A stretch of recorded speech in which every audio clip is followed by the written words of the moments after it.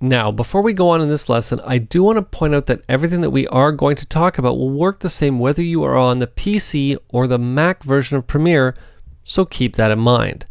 Also, this workflow is probably one of the smoothest because of the nature of the relationship between After Effects and Premiere. They're both part of the Creative Cloud and they were designed to work hand in hand together. So how are we going to get our timeline from Premiere to After Effects?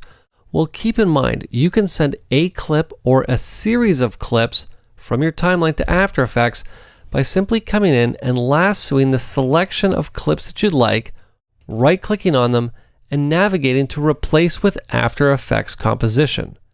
Now, if After Effects is not opened, it will launch, and if you already have it open, what will happen is you'll be immediately prompted to save your project.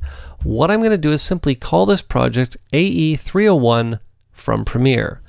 I'm now going to say save, and you'll see that almost instantaneously, all of the clips have been added to this new composition.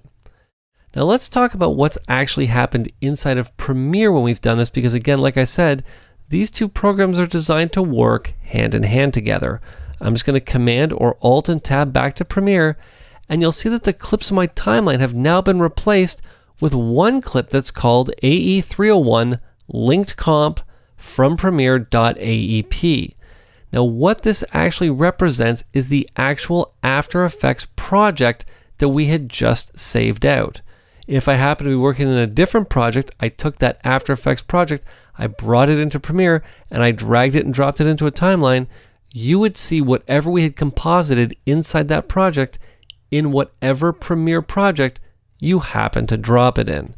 Now let me just head back to After Effects for just 1 second because there's something important that I want to mention before we wrap up our talk about getting clips from our NLEs into After Effects.